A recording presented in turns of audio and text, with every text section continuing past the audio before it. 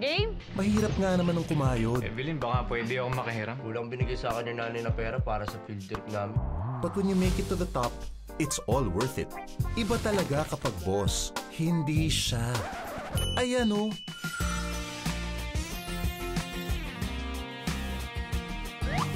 Sorry kung mainit ang ulo ko Order ko yan. Pareho tayo ng order. Sa'yo na lang yung susunod, ha? May bastos kasing kumuha ng coffee ko kanina. So tell me, after all these years, bakit ngayon ka lang nag-apply ng trabaho? Before I had my businesses, it just didn't work out. He's gonna screw it up one way or another. Kaya naisip ko na kailangan ko magtrabaho to gain the proper experience. And you will be working for Miss Evelyn Vallejo Lontok. EVL. As in letter I na lang. Evil. Part ba ng job description ko? Magpakit sa boss natin? Good morning, ma'am. As usual, your presence lights up this boardroom. Hindi ko pwede! Hindi ako mabayad! Or titingin mo sa akin, ha? Si EVL, what you see is what you get. Yung boss namin is the devil in disguise.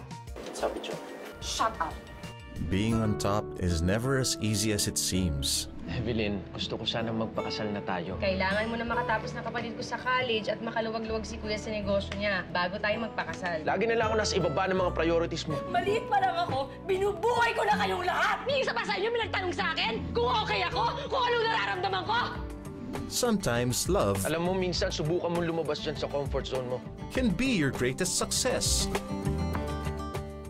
Good morning, ma'am. I'll never go far away from you.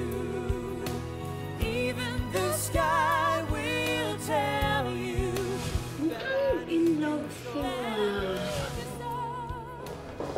Tama na. Narinig ko yun. Ever turn your back on people who can make you happy. Pag mahal mo, aminin mo sa sarili mo.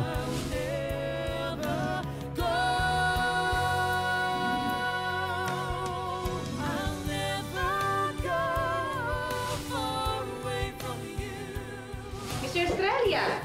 Now you know how hard it is to be an employee. Kailangan kumayod. Gumising ng maaga. Magtiis sa biyahe. When you get to the office, you have to face your terror of a boss. My Lady Boss. CCTV camera